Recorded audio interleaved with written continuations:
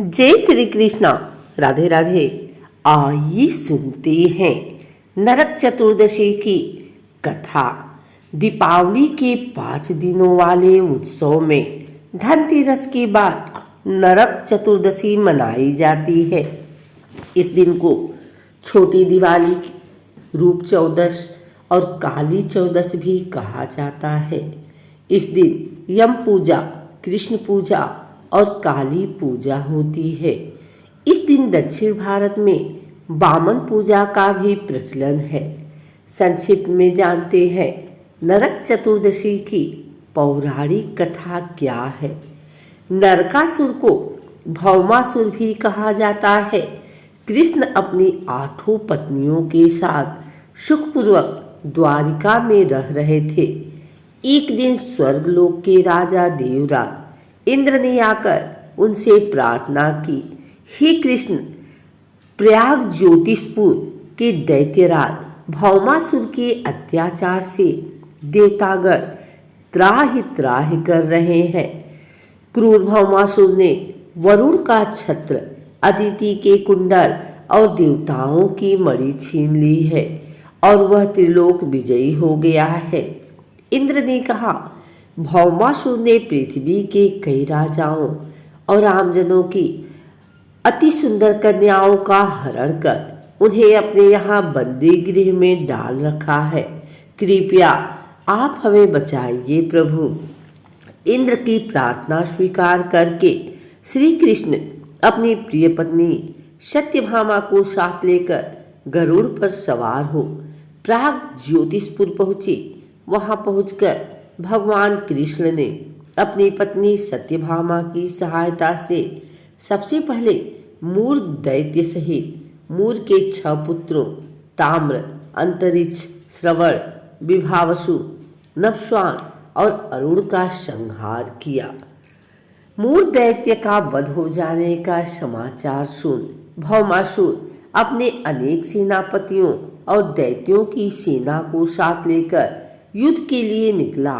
भौमासुर को स्त्री के हाथों मरने का श्राप था, इसलिए भगवान श्री कृष्ण ने अपनी पत्नी सत्यभामा को सारथी बनाया और घोर युद्ध के बाद अंत में कृष्ण ने सत्यभामा की सहायता से उसका वध कर डाला।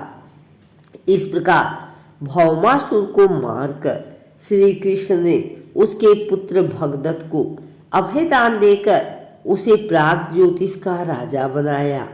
भगदत्त कौरवों की ओर से महाभारत युद्ध में लड़ता है।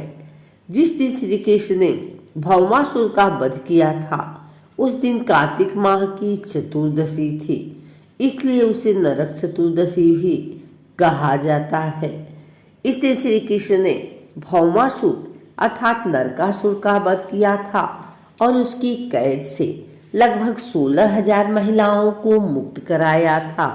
इसी खुशी के कारण दीप जलाकर उत्सव मनाया जाता है। इस दिन दक्षिण भारत में वामन पूजा का भी प्रचलन है।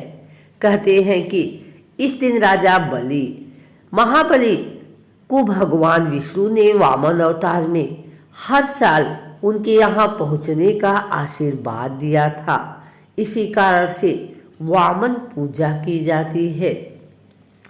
अनुसद राज बलि बोले, हे भगवान, आपने कार्तिक कृष्ण त्रयोदशी से लेकर अमावस्या की अवधि में मेरी संपूर्ण पृथ्वी नाप ली है, इसलिए जो व्यक्ति मेरे राज्य में चतुर्दशी के दिन यमराज के निमित्त दीपदान करेगा उसे यम यातना नहीं होनी चाहिए।